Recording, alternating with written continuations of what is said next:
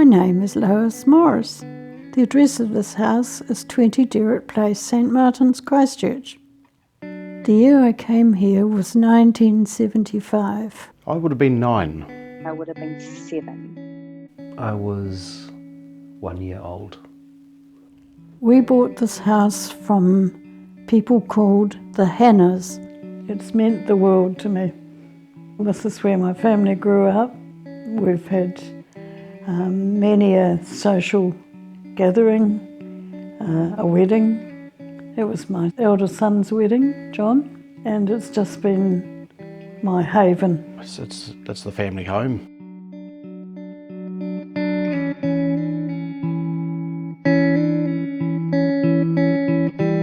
Memories of things like para pools, things like, pets, the house itself, everything in that house. We all know that house intimately.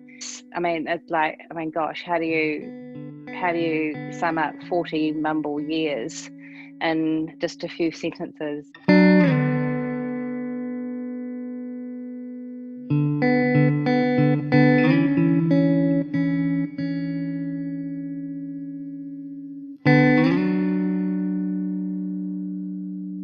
So I've known this house for my whole life.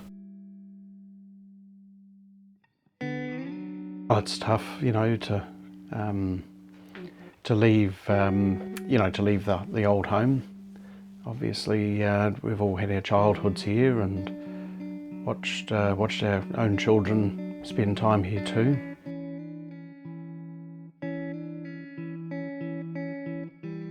I was thinking about my kids then also being at Derrett Place. Interesting that they would do the same kind of things that we did. Run around outside, play the swing ball with the very same swing ball that we had.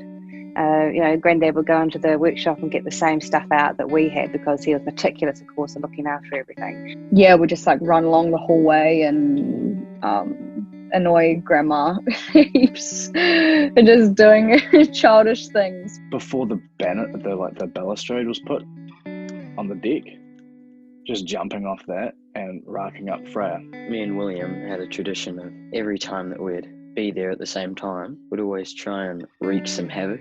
I actually really enjoyed catching up with them because I didn't really understand that wasn't where they lived.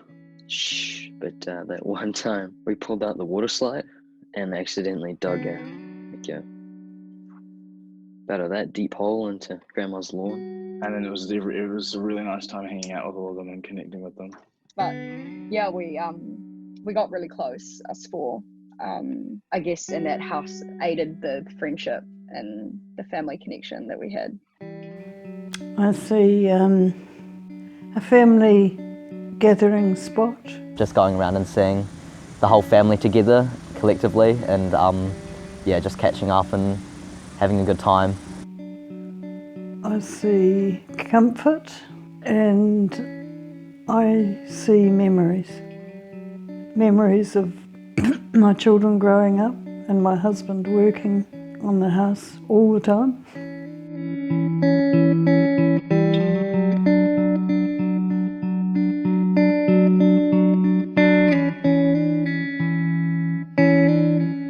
Which physical location in Derrett Place is my favourite? I'd have to say Dad's workshop, because that had just so much feeling and memories and pottering around in there. Yeah, well, it was the go-to place for getting things done. So, if you needed a job doing, this was the place to come. And Dad always seemed to find time to fit it in amongst what must have been quite a busy schedule for him. He did a great deal of work out here over the years. I guess the workshop outside with Granddad was a pretty special part of the house for me, because I'd always have these weird inspirations of wanting to build a birdhouse with Granddad. I don't know why it was a birdhouse, and we'd started it so many times, but I'd get bored or something like that probably. But definitely the workshop and the smell of the wood chippings and Granddad chipping away doing something and me hammering a nail into a piece of wood thinking I was helping. I have heaps of memories with him. Lots of just basic workshop stuff.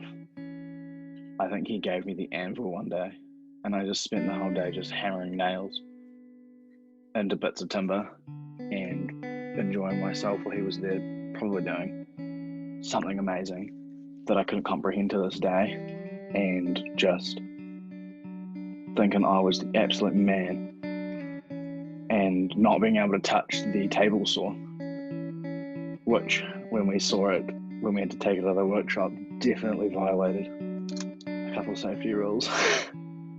I remember the workshop and the studio, the room that became my dad's painting studio. That was, before it was a studio, it was a sleep out, and I had that sleep out. And before I had it, my brother had it. That room was also quite special to me because it was away from the house and it made me feel a little bit more grown up. This is the room that I grew up in. I shared this room with John when we were little, and then he went off and lived in the sleep out for a while. So this room has always been called the boys' room, even though we haven't been in it for decades. When I would go over to Grandma and Granddad's house for like a sleepover or something like that, I specifically remember the house creaking as I fall asleep. And I don't know, it was, it sounds scary, but it just wasn't. It was something that was real comforting, knowing that I knew where I was. Just that whole period of living there, sleeping in the downstairs lounge on the cushions that kept separating. So I'd always end up sleeping on the floor. And I think at that point, Uncle John was planning to move in. So I think we saw a lot of him and Samantha and William, a lot. Oh, I miss everything about this house, but mostly the space, the outside decking where we've had so many gatherings. After I finished working, we'd go over and have lunch all together with my dad, Christopher and Matt and Grandma. And I just love how friendly the environment is. It's very warm and welcoming. What were those things? The puddings. The Sunday night family dinner for years was probably the biggest memory, in an adult time. We'd have the roast. Numerous lamb and beef roasts. The Yorkshire puddings. I think those and her rice pudding. A rice pudding. Was it a mandarin or an orange cake? And there was a lot of Milo and ice creams. We'd have Sunday lunches and dinners, and Christmas and Easter, we'd have the whole family round. I think I was the hander-outer of presents for all of the Christmases. What sort of Christmases? Just everyone being there. My mother-in-law, commonly known as Gran, lived here for 12 years. She came to us after her husband died. Gran was there every day, unless she was overseas in Australia, when she was doing her 6 months on, 6 months off. And she would have, she would best be there every day after school. She would start dinner. She was Gran, playing the patience, whistling through her teeth, occasional cheat, Gran. I remember my grandmother living here with us. I remember her playing patience at the table a lot. She loved this house too. And it was a haven for her, and she loved being with the family. Everyone, me, Samantha, Connor, William, we'd all go into the artist place, and then he'd set us a goal or ask us if we wanted to paint in the first place. And then, we just kind of paint whenever we wanted. I remember going over and always watching Granddad painting and everything.